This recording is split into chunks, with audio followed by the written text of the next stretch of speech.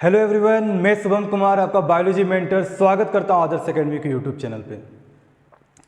हम लोग previous lecture में यूकैरियोटिक सेल के बारे में पढ़े थे, उसके स्ट्रक्चर्स को देखे थे, जिसमें हमने प्लांट और एनिमल सेल का एक कंबाइंड डायग्राम बताया था ताकि आपको एनालाइज करने में आसानी हो। एक ही डायग्राम आप देख पाए कि दोनों के बीच का एक बेसिक डिफरेंस क्या है। आज का लेक्चर इसी यूकैरियोटिक सेल के एक मेम्ब्रेन के बारे में है, जिसे हम प्लाज्मा मेम्ब्रेन या फिर सेल मेम्ब्रेन के नाम से जानते हैं। जब प्रोकैरियोटिक सेल पढ़ रहे थे तो प्रोकैरियोटिक सेल की वीडियो में आप देखे होंगे तो वहां हमने प्लाज्मा मेम्ब्रेन का जिक्र नहीं किया था। प्लाज्मा मेम्ब्रेन बोले थे जब हम यूकैरियोटिक सेल पढ़ेंगे तो वहां पे हम डिस्कस कर देंगे इसका प्लाज्मा मेम्ब्रेन के बारे में। बेसिकली यूकैरियोटिक सेल का प्लाज्मा मेम्ब्रेन और प्रोकैरियोटिक सेल के प्लाज्मा मेम्ब्रेन में ज़्यादा अंतर नहीं होता, ना तो स्ट्रक्चर में, ना तो उसके कंपोजिशंस में, ना फंक्शन में। थोड़ा बहुत अंतर है उसके केमिकल कंपोजिशन में, जैसे कि इसमें हम आपको दिखाएंगे, अभी आगे जाके लेक्चर में देखेंगे कि किस तरह के कंपोजिशन में थोड़ा सा बदलाव आता है, जिसकी वजह से हम लोग प्रोकैरियोटिक सेल का प्लाज्मा मेम्ब्रेन समझते हैं और इसको यूकैरियोटिक। लेकिन दोनों सिमिलर स्ट्रक्चर होते हैं, फंक्शन भी लगभग सिमिलर होते हैं। तो प्लाज्मा मेम्ब्रेन जो सबसे मोस्ट एक्सेप्टेड मॉडल जिसको लिया गया है, अभी हम लोग सब पढ़ भी रहे हैं, उसको बोलते हैं fluid mosaic model.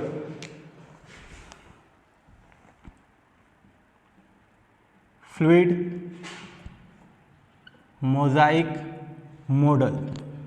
Mosaic model सबसे एक्सेप्टेड मॉडल है। ये मॉडल जिन्होंने दिया उनका नाम है Singer and Nicolson. Singer and Nicolson साहब ने आपका ये फ्लूइड मोजाइक मॉडल दिया था, जो कि काफ़ी आसान होता है किसी को भी इसके स्ट्रक्चर्स को समझने में, इसके फंक्शंस को जानने में। तो इस मॉडल को एक्सेप्ट किया गया है। सिंगर एंड निकोलसन, इसे जिसने दिया है उनका नाम है सिंगर एंड निकोलसन। और जिस ईयर में दिया है वो है 1972 ईस्वी में इन्होंने ये चीज़ को दिया था।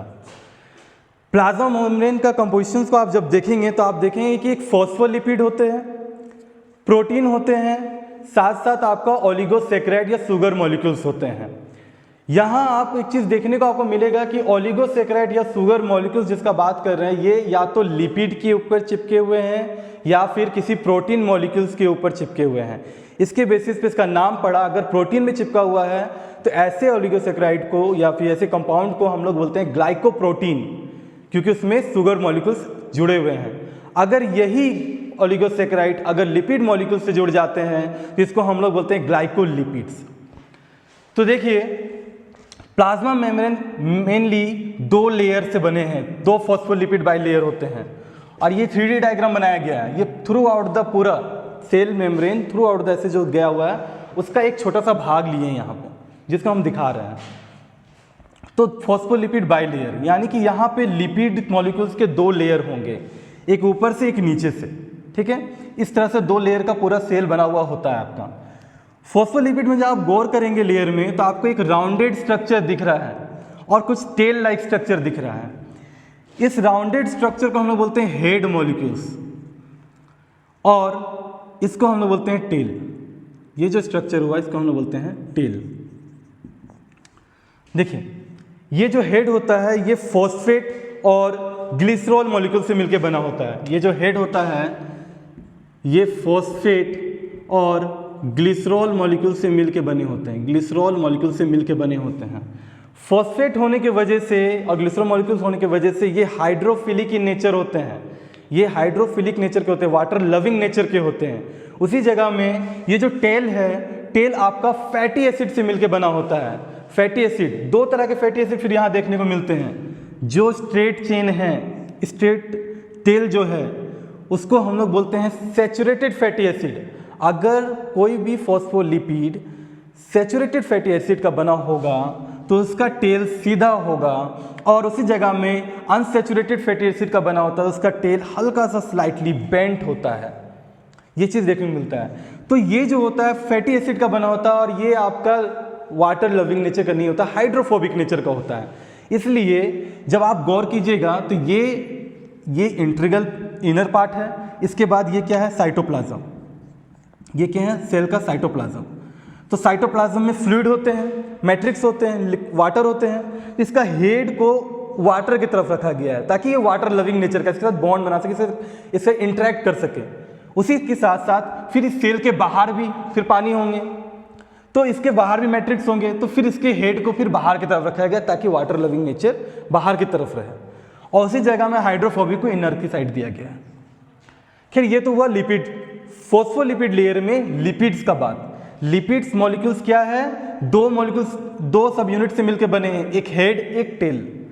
हेड वाले को हम लोग बोलते हैं फॉस्फेट प्लस ग्लिसरॉल से मिलकर बनते हैं। उसी जगह में टेल वाले जो मॉलिक्यूल्स होते हैं वो आपके फैटी एसिड से मिलकर बने होते हैं। अब फैटी एसिड दो तरह के होते हैं, एक सैचुरेटेड फैटी एसिड, एक अनसैचुरेटेड फैटी एसिड।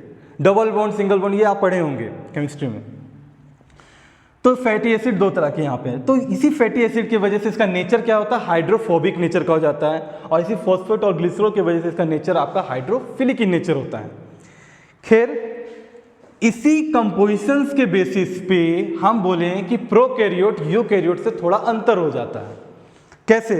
प्रोकैरियोट का अगर हम प्लाज्मा मेम्ब्रेन का कंपोजिशंस को देखें तो इसके जगह में आपका जो प्रोटीन पाया जाता है वो मेनली आपका नेगेटिव चार्ज प्रोटीन होता है, और यहाँ यूकैरियोटिक में जो पाया जाता है वो न्यूट्रल मॉलिक्यूल ज़्यादा होता है, जैसे स्फिंगोमाइलिन, ये सब क्या मॉलिक्यूल्स है, ये न्यूट्रल मॉलिक्यूल्स है।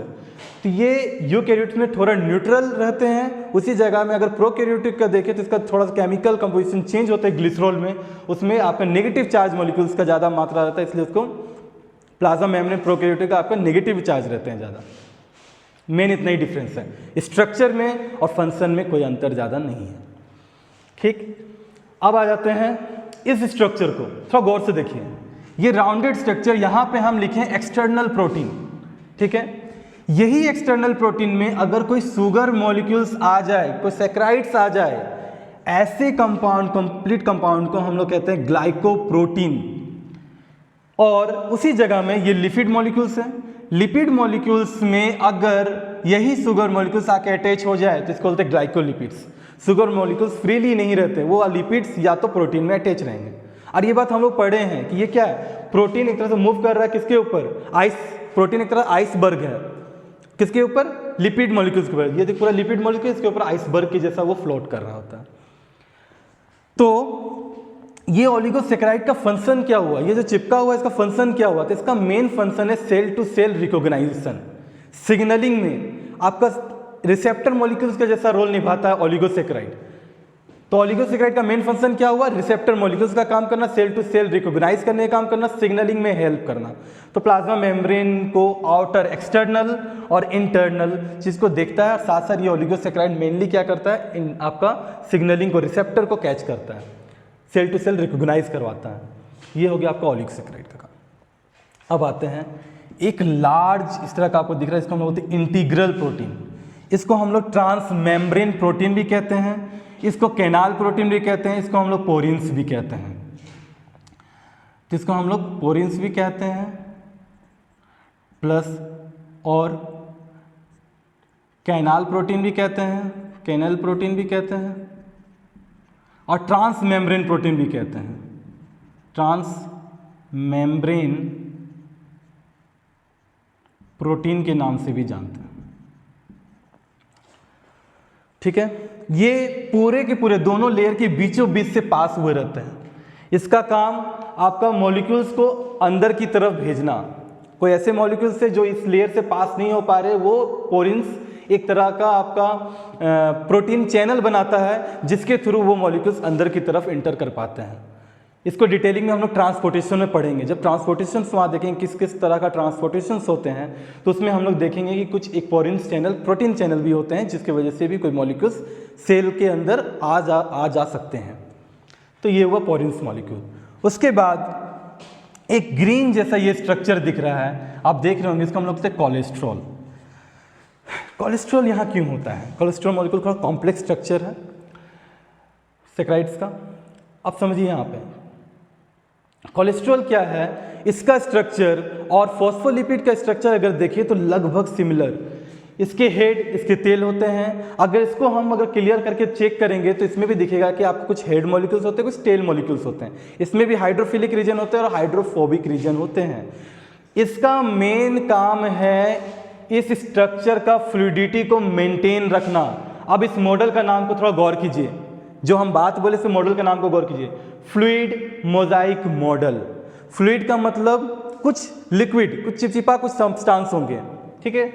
उसके बाद मोजाइक, मोजाइक का मतलब होता है पैटर्न, कोई तरह का पैटर्न है। मतलब क्या, ये एक पैटर्न में अरेंज है जिसमें प्रोटीन आपका उस पर ऊपर आपका सेट किया गया है। आप देख रहे हैं कुछ पैटर्न में सेट किया गया है, इस पैटर्न की वजह से इसका नाम पड़ा फ्लूइड मोजाइक मॉडल। तो अब इसके जो फ्लूइडिटी है, इसका जो मूवमेंट है, इस फ्लूइडिटी को मेंटेन करके रखता है आपका कोलेस्ट्रॉल। टेम्परेचर बढ़ रहा है, घट रहा है, कुछ हो रहा है, तो उसकी वजह से इसके फ्लूइडिटी पे ज़्यादा असर ना पड़े, उस चीज़ को भी चेक करता है आपका कोलेस्ट्रॉल, उसको मेंटेन करने का काम करता है, होम्योस्टेसिस का काम करता है। ये है कोलेस्ट्रॉल का फंक्शन। तो ओवरऑल ये आपका फोस्फोलिपिड का पूरा क्लियर डायग्राम हुआ। अक्सर नीट में क्वेश्चन आते हैं, इस चीज को ध्यान रखिएगा, ग्लाइकोप्रोटीन ग्लाइकोलिपिड से फंक्शन पूछ सकते हैं आपका। तो फंक्शन क्या, सेल टू सेल रिकॉग्नाइजेशन का फंक्शन है, सिग्नलिंग का काम करता है, रिसेप्टर मॉलिक्यूल्स के जैसा रोल निभाता है। और साथ साथ ये सिंगर एंड निकोलसन 1972 में दिए थे इस मॉडल को, फ्लूइड मोजाइक मॉडल। और इसके कंपोजिशन में क्या क्या चीज होते हैं, फॉस्फोलिपिड बाइलेयर, लिपिड के 2 लेयर होते हैं, साथ साथ प्रोटीन होते हैं जिसको एक्सटर्नल प्रोटीन बोलते हैं, इंटीग्रल प्रोटीन पाए जाते हैं, साथ साथ आपका ग्लाइकोप्रोटीन और ग्लाइकोलिपिड्स भी पाए जाते हैं इसमें। तो ये है, इसको आप नोट कर लीजिए। होप कि आपको स्ट्रक्चर समझ में आ गया, और इसके कुछ कुछ चीज़ के बारे में हम और डिटेलिंग में आगे पढ़ेंगे नेक्स्ट लेक्चर में। तो फिर आप इसको ध्यान दीजिए और ज़्यादा से ज़्यादा लोग के साथ इसे शेयर कीजिए, ताकि आपको इसके बारे में और भी क्लियर डाटा मिल सके, आपके दोस्तों तक भी पता चल सके। और इस चैनल को लाइक शेयर सब्सक्राइब जरूर कीजिए, ताकि आपके फीडबैक मुझे मिल सके, कमेंट कीजिए, जान सके क्या टॉपिक है। कुछ ऐसे टॉपिक है जिस पर आप वीडियो चाहते हैं तो मैं बनाने का पूरा कोशिश करूँगा, उसका आसान से आसान भाषा में समझाने की कोशिश करेंगे। तो प्लीज़ शेयर कीजिए अपने दोस्तों के तक, और इसी तरह से प्यार बरकरार रखिए हमारे साथ। Thank you.